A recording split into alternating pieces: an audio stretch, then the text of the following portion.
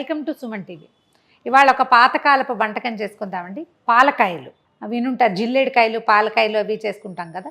ఈ పాలకాయల్ని బియ్య పిండితో చేస్తాం. అట్టే జబ్బు చేయదు, ఏమి ఇబ్బంది ఉండదు. హాయిగా సాయంకాలం పూట ఒక గుప్పెడు ప్లేట్లో పెట్టుకుంటే టకటకా వెళ్ళిపోతాయి. పెద్ద క్యాలరీస్ ఏం రావు. ఆయిల్లో ఫ్రై చేసినా కూడా దీనివల్ల మనకి ఆరోగ్యం చెడిపోయేది ఉండదు. పిల్లలు మరి 4 కరకరలాడిచ్చినా ఏం ప్రాబ్లం ఉండదు. అంటే పొట్ట చెడదు. బియ్య పిండి కావాలంతే మనకి. ఈ బియ్య పిండిలో ఏం చేస్తాము మనము, ఇది వరకు ఏం చేసేవాళ్ళు అంటే 2 రకాలుగా చేస్తారండి. బియ్య పిండిలో వేడి నీళ్ళు పోసి కలపడం ఒక పద్ధతి అయితే, పిండినే వేడి నీళ్ళల్లో పోసేసి అంటే నీళ్ళల్లో పోసి మనం అప్పాల పిండి ఉప్పుతాను చూడండి, అలా ఉప్పి చేసుకోవడం ఒక మెథడ్. మాలతి చంద్రు గారు అయితే ఉప్పి చేయండి, అదైతే చాలా బాగుంటుందని చెప్తారు. ఆవిడ పుస్తకాల్లో బాగా కనపడుతుంది. నాకు ఈ వేడి నీళ్ళు పోసింది అప్పటికప్పుడే చేసుకోవాలి. ఎవరు సహాయం దొరకలేదనుకోండి, అప్పుడు భలే కష్టంగా ఉంటుందండి. ఈ పాలకాయలు వీటికి ఏంటంటే వెన్నుండలు, వాటికి 2 మనుషులు ఉండాలి, 3 అందరు కలిసి కూర్చుని ఉండలు చేయాలి, బుజ్జి ఉండలు చేయాలి కదా. కొంచెం టైం పడుతుంది. చేసి చూద్దాం. సింపులేనండి, పెద్ద విషయం కాదు. దీనికి మనం ఒక 1/4 కిలోనే తీసుకుంటున్నా. ఒక 1/2 కేజీ, 1 కేజీ పిండి చేస్తే మాత్రం మన ఇంట్లో 3 ఉండాలి. చిన్న పిల్లలు ఉంటే చక్కగా పిల్లలకి ఉండలు చేయడం సరదాగా ఉంటుంది, వాళ్ళతో చేసేయచ్చు. ఈ బియ్యపిండి తీసుకుందాము. బియ్యపిండికి ఇది ఏంటంటే మన మరపిండేనండి, గిర్నీలో పోసిన పిండే. కొనుక్కొచ్చిన పిండి కాకుండా మనమే బియ్యం శుభ్రం కడిగి ఆరబోసేసి ఒకసారి కడిగి ఆరబోసుకొని గిర్నీలో పట్టించుకుంటే, ఎండలో పోసిన బియ్యాన్ని గిర్నీలో పట్టించేస్తే ఆ పిండి చాలా బాగుంటుంది. తడిపిండి కాదు, పొడి పిండి అన్నమాట. ఈ పిండికి ఏం చేద్దామంటే దీంట్లో జీలకర్ర వేసుకోవచ్చు, వాము వేసుకోవచ్చు, నువ్వులు వేసుకోవచ్చు, పంచకొల్ల కషాయంలాగా అన్నీ కూడా వేయచ్చు మన టేస్ట్ని అనుసరించి. పాలకాయల్ని తీగాను చేసుకోవచ్చు, కారంగాను చేసుకోవచ్చు అండి.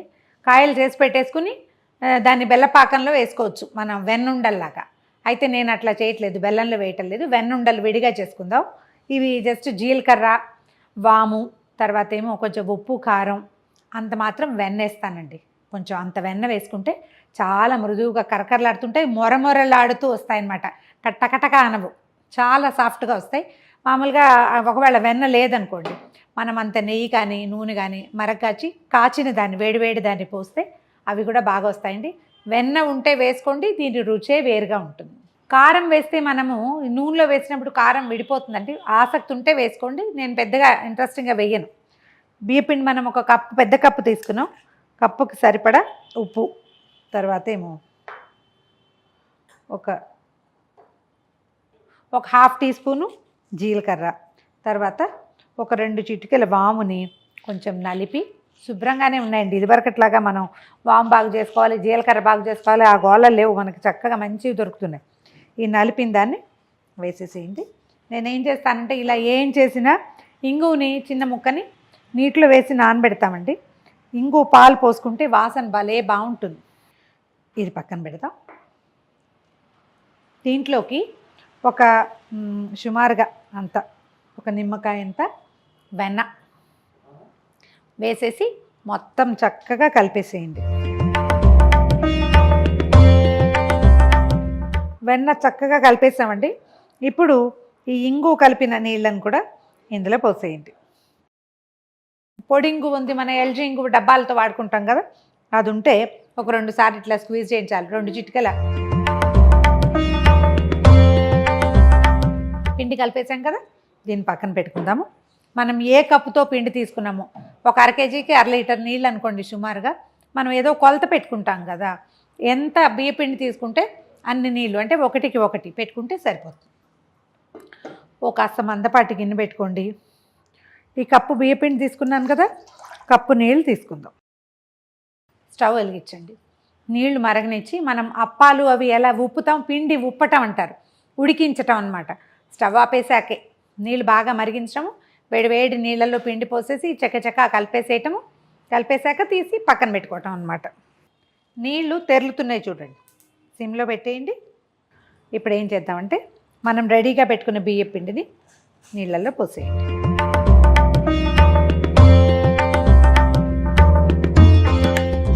చక్కచక్క కలిపేయండి. ఇందులో ఆల్రెడీ మనం వెన్నేసాం కాబట్టి పెద్దగా ఉండకడుతుందన్న భయం లేదు.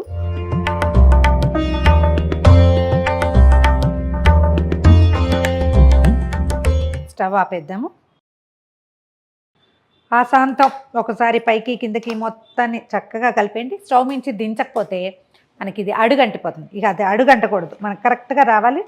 ఇంగువ గుమగుమలాడుతూ బియ్యపిండి ఉడికిన వాసన వచ్చేస్తుంది, సరిపోతుంది. దీన్ని ఏం చేయాలంటేనండి, పొద్దున్న చేసేసుకుని పక్కన పెట్టుకుని ఇలా ఉడికించి పక్కన పెట్టేసుకుని మధ్యాహ్నం తాపిగా ఒక 5-6 గంటల తర్వాత కూడా చేసుకోవచ్చు. మనం వేడి నీళ్లు పోసి కలిపిన పిండి అప్పటికప్పుడు చేసుకోవాలి. దీన్ని ఏంటంటే మధ్యాహ్నం చేసుకున్నా మనకు ప్రాబ్లం ఉండదు, తర్వాత ఇవి పగులుతాయి పేలుతాయి ఆ భయం కూడా ఉండదు, తాపీగా చేసుకోవచ్చు. ఎక్కడైనా ఉండుందని అనుమానం ఉంటే ఒకసారి అలా చేత్తో గట్టిగా అదిమి ఉండలు గచ్చకాయలు లేకుండా చూసుకోండి. దీన్ని పక్కన పెట్టేయండి. కొంచెం చల్లారాక చేత్తో మెత్తగా పిసికేసి మూత పెట్టి పక్కన పెడదాము. మధ్యాహ్నం అంటే ఇప్పుడు 10 o'clockకి చేసేసామనుకోండి, 2:00కో 3:00కో తాపీగా కూర్చొని చక్కగా ఉండలు చేసుకుని వేయించేసుకోవచ్చు. పిండి ఉప్పి ఉంచుకున్నాం కదా, దీన్ని చిన్న చిన్న ముద్దలుగా తీసుకోవటము, చక్కగా బాగా నలిపేస్తే మనకి చపాతీ పిండిలాగా ఎక్కడైనా ఒక ఉండ ఒక చిన్న చిదప ఉండిపోతే అది సెట్ అవుతుంది. ఇంకేం నేతి చేయి కూడా అక్కర్లా. ఇందులో మనం వెన్నేసాం కదా, చూడండి ఇలా జిడ్డుగా అయిందో. ఇలా చేయటం, చిన్న చిన్న ఉండలు తీసుకోవటం, ఒక చిన్న కుంకుడుకాయ గింజంతా ఉండ చేస్తే సరిపోతుంది. ఒక మాట అదిమి తర్వాత చేసామనుకోండి, చక్కగా లోపల పగుళ్ళు లేకుండా వచ్చేస్తుంది, క్రిస్ప్గా వేగుతాయి అన్నీ. ఇదిగో చూడండి, చాలా ఉండలు చేసి పెట్టుకున్నాము. నూనె కాగిందో లేదో చూద్దాం ఒకసారి. నూనె పెట్టేసుకోండి. కొంచెం వెడల్పాటిది, మనం వడలు అవి వేసే ఇలా గుంటగా ఉండేది కాకుండా వెడల్పాటిది పెట్టుకుంటే ఈవెన్గా ఒకేసారి వేగిపోతాయి. పోయి హైలో ఉంచి స్టవ్ బాగా వేడెక్కనివ్వండి. నూనె మరిగాక సిమ్లో పెట్టేసేయండి. నూనె కాగింది. మనం ఏంటంటే ఒకేసారి నూనెలో పెట్టి, మా వాళ్ళంతా నన్ను బెదిరిస్తున్నారు ఇవి పేలుతాయి అని. నాకైతే పేలిన దాఖలాలు ఎప్పుడూ లేవు. నేను మైదా పిండితో కూడా చేస్తూనే ఉన్నా. ఎందుకైనా మంచిది, మీరు మొదటిసారి చేస్తే కనుక ఇవి నూనెలో వేసి ఒక్క అడుగు వెనక్కి ఉండండి. సిమ్లో పెట్టి నిదానంగా వేగనిస్తే లోపలికంటా వేగుతాయి, క్రిస్ప్గా అవుతాయి. కాస్త నూనె బుడగలు రావడం ఒక రవ తగ్గాక ఓ మాట చిన్న గరిటెతోటి కాస్త దూరంగా మాత్రం ఉండండి, సేఫ్ సైడ్కి. చిన్నపిల్లలు ఉంటే వాళ్ళని దగ్గరికి రానివ్వకండి. కదిపితే అవి విడిపోతాయి, సాధారణంగా అతుక్కోవు, మనకి ఇబ్బంది ఏం లేదు. ఇలా వాయిల్గా వేయటము, వేయించేసుకుని పక్కన పెట్టుకోవటం. ఈ పెట్టాలి. వీటిని మనం పాకం పట్టాలని అనుకుంటే కనుక ఇందులో నేను మొదట వేసాను కదా చారెడు, ఇంత ఉప్పు అంత ఉప్పు వేయకూడదు. ఈ జీలకర్ర అవి వేసుకోకూడదు. ఇవి ఇలాగే కరకరలాడుతూ తినడం కోసమే చేసుకుంటున్నాం. పాలకాయలు అంటారు, ఏ ప్రాంతాల్లో ఎలా అంటారో చూడండి. గుండ్రంగా కాకుండా కొంచెం కోల షేప్లో కాస్త చిన్న ఓవెల్ షేప్ తెస్తే సరిపోతుంది. గోల్డెన్ బ్రౌన్ కలర్ వచ్చాక మనకి గారెలాగా కరకరలాడే రంగు కనపడుతుంది కదా, ఈ కలర్ వచ్చినప్పుడు తీసేయండి. ఆయిల్ అస్సలు తీసుకోబండి. ఇవి మనం ఈ నూనె మాత్రం పల్లి నూనెతో అస్సలు చేయొద్దు, సన్ఫ్లవర్ ఆయిల్తో చేసుకోండి. ఇది వరకు డాల్డాతో చేసేవాళ్ళు, మనం డాల్డా వాడడం బాగా తగ్గించేసుకున్నాం కదా, హెల్త్ బెనిఫిట్స్ ఆలోచిస్తున్నాం. చూడండి ఎలా గలగలలాడుతున్నాయో. మొదటిసారి కొంచెం తక్కువ వేసాను, రెండోసారి నూనె కాగుంది, సిమ్లో పెట్టడము, ఎక్కువ వేసేద్దాం.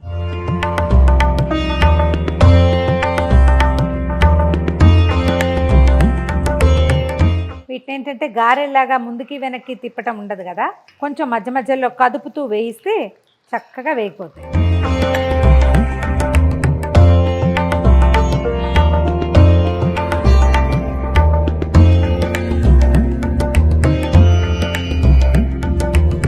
ఇవి కొంచెం వేగడానికి సమయం తీసుకుంటాయి. మామూలు మన పచ్చిపిండి వేగినంత స్పీడ్గా వేగవు, ఎక్కువ రోజులు మొరమొరలాడుతుంటే టేస్ట్ మారకుండా కూడా ఉంటుంది.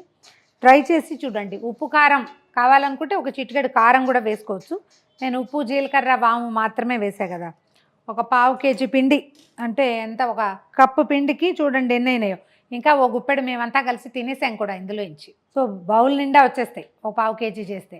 ఓ 1 kg పెట్టుకుంటే ముందు ఆ పని చేయడానికి ఎవరినైనా సహాయం తీసుకుని సరదాగా చేస్తామంటే ట్రై చేసి చూడండి.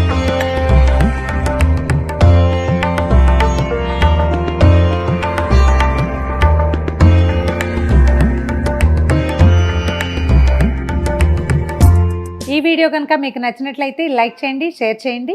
మరిన్ని ఇంట్రెస్టింగ్ వీడియోల కోసం సుమన్ టీవీని సబ్స్క్రైబ్ చేసుకోండి.